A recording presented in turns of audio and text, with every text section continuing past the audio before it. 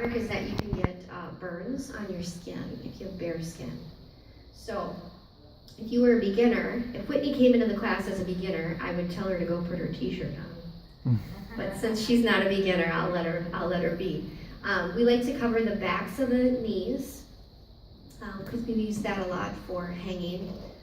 It's sliding, we slide up and down the fabric. So we don't want to generate too much heat and burn the skin. So we cover our skin. Same with the backs of the arms. So we slide a lot. You can get burns up the back of your arm and into your armpit, which doesn't feel good. So she's gonna warm up maybe a little bit, do a little taffy. The fabric is stretch fabric, so it has a lot of give to it. And the reason is that when you tumble down it to do a drop, which is a cool dynamic move, you'll see us do later tonight, the shock load is absorbed by the fabric, so that's why it's very stretchy. That also makes it harder to climb. So she's just warming up, getting her grip ready. You have to warm up the hands.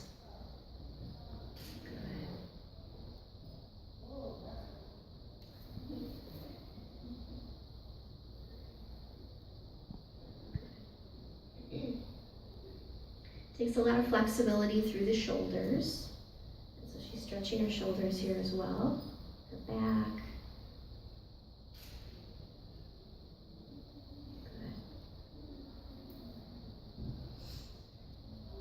Good. It's also really, it takes a lot of cardio endurance, which, you might think, well, you're just hanging there, but it's really exhausting. And so,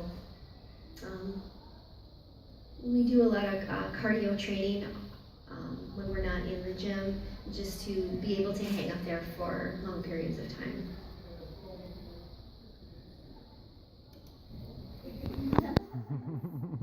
We like to use the feet, so we distribute weight between the hands and the feet. So right now Whitney's giving her a grip and her arms a break while she takes the weight with her feet.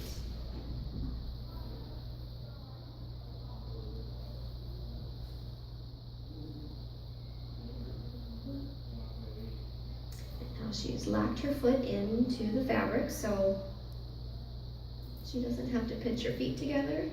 She still needs to hang on, but her foot is locked in.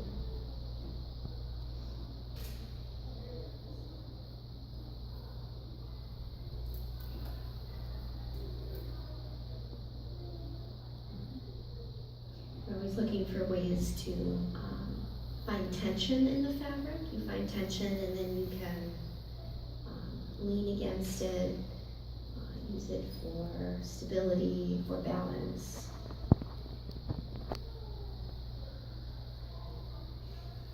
Unlike a pole, right, which already has tension in it, the fabric doesn't have tension. So you have to find ways to create tension in the fabric to make stability.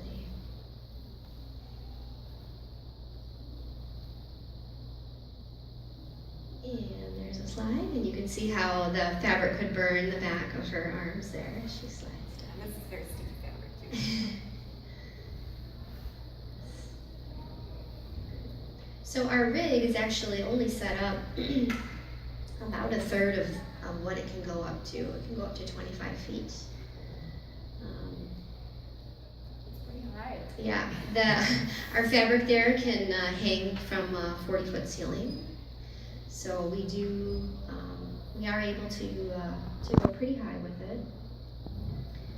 That's probably one of the biggest difficulties we run into is people wanting us to perform, or we're wanting to go into a space and we just don't have the clear ceiling height. So it takes a really special space to be able to house us for a show or performance workshop. So now she's wrapped around. And then she can, again, just use the tension from the knot around her, use her knee, give her arms a break. Which feels great. Yes.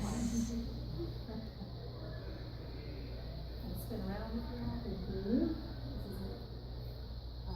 This is a swivel, but It's been a little bit. Yeah. Occasionally we put swivels at the top of the rigging too so that we can spin, but sometimes we don't want all the spin. So it just depends on what we're doing or the choreography we're doing, if we want that swivel.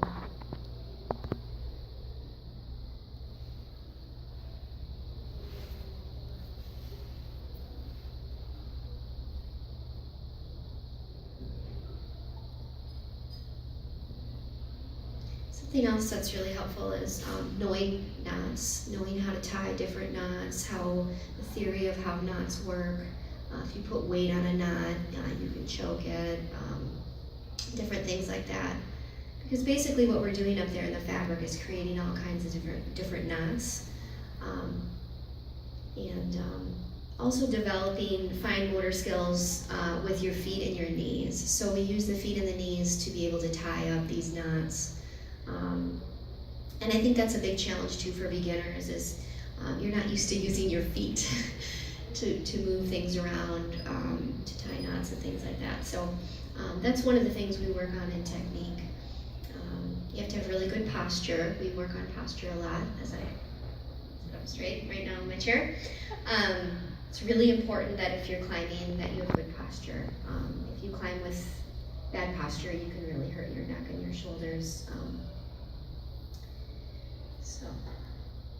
And it's, I always had rather weak knees.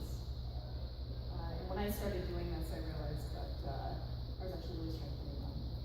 I can do things with my knees I never thought I'd be able to do. I can hang off of one of them, which Yeah. I never thought I'd ever be able to do in my entire life. For me, that's a big accomplishment. Right.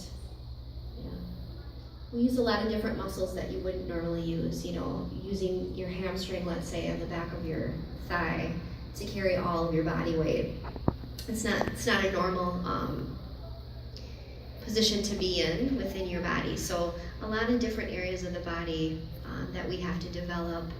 We use a lot of core strength. Just the ability to invert, which is to bring your feet up above your head so that you can hang upside down, takes a lot of core strength. And a lot of times people think it's all about the arms. Certainly you do need arm strength, but we incorporate a lot of the muscles in the upper back as well as the core. The whole body has to work together. If we just left it to the arms, we'd have some injured shoulders. So we really have to use the whole body to do a lot of these tricks. So Whitney's made a little knot around her back, and then she's got one also just, I'd say above her knee, but she's upside down. That's one of the challenges, is when you're upside down and I say, hey Whitney, reach up. Which way is up? Is it there or is it there? So we have to also work on our communication and vocabulary, because once you get upside down, it's hard to know. Even sometimes to tell left from right, people get very confused when they're upside down. But yeah, she's created a couple knots, and then she's able to find her tension and her stability within, and then hang upside down.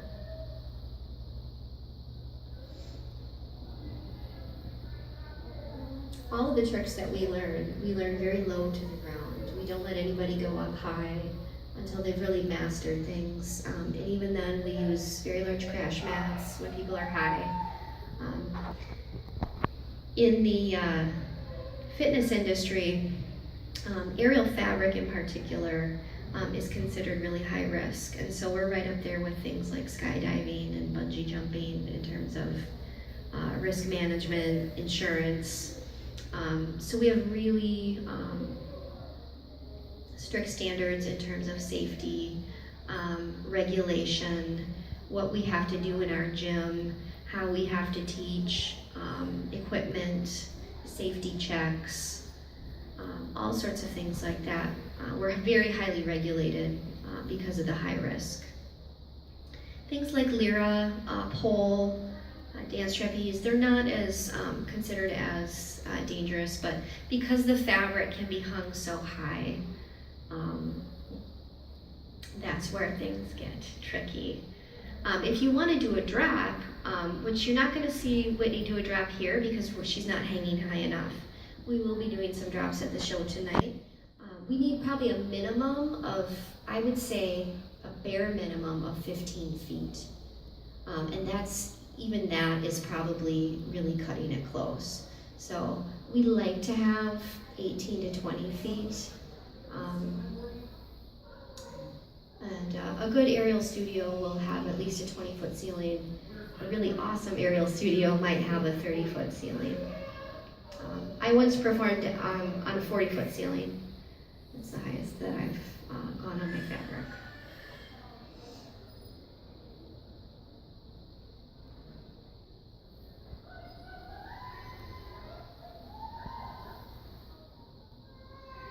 Any questions? Yes. Yeah. How long have you been doing aerial dance? How long have I? Yes. Probably 16 years. Mm-hmm. Yes. And Whitney, a year and a half. Mm-hmm. Yeah. So, but when she started, I think, did you come to both classes or just one initially? So I came to your intro class. Oh, that's right. Where you showed your entropes, and then the last couple days we did soaks. Right. But after that, you were coming twice a week, after the first 8 weeks. Yeah, she offered us, we get to pick one of these. Mm-hmm. And I thought, I don't want to pick one, I want both. Yeah. She's one of the few who took multiple classes, so she was coming more than once per week. And then also open gyms you came to a lot, so sometimes 3 times a week. So she was able to advance pretty quickly because of the frequency that she was coming to the gym. Most people come once a week. But yeah, if you come more than that, you can progress quickly. Mm-hmm. You do need to give your body a rest in between practice. We don't like to do back-to-back classes or open gyms back-to-back with classes because you do need to rest. It's very easy to get injured doing this. Overtraining, overworking, because it is really hard on the body. You know, our bodies aren't meant to be climbing and hanging all day long, all the time. We're meant to be walking on our feet. That's what our bodies were designed for. So we like to give a rest, at least one rest day in between. And we also work on conditioning and different ways to relax those muscles that we use an awful lot during classes.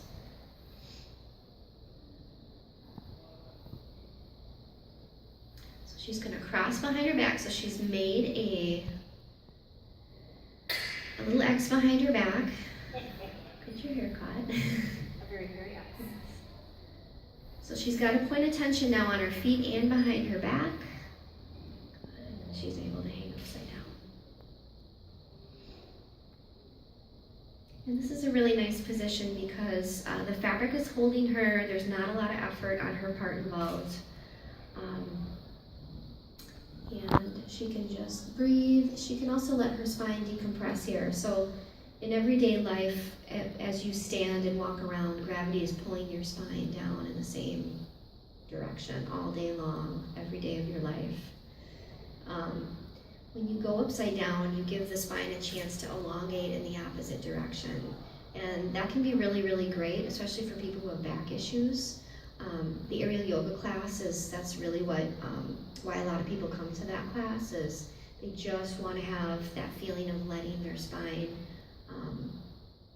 be able to elongate in the opposite direction. It feels very nice. And it can relieve pain if you have some back issues. So.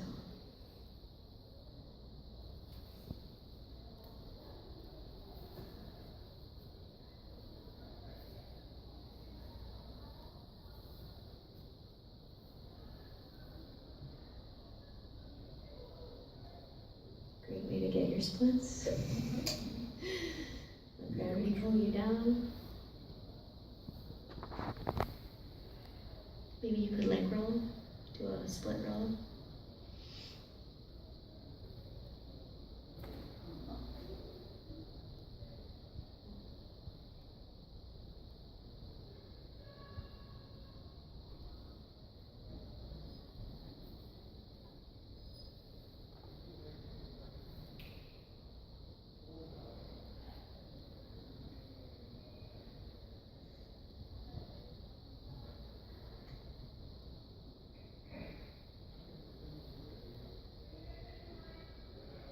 always interesting too, the different movements that you can discover while you're up here.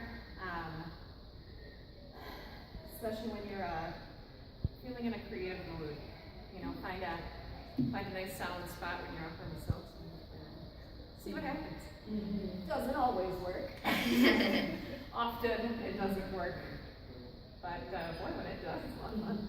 You know, once you learn the technique, once you learn like the basic ways to lock into the fabrics, shift your weight on the knots, once you get that technique down, then it's much easier to go up there and improv or play and try to figure out new combinations, new ways to choreograph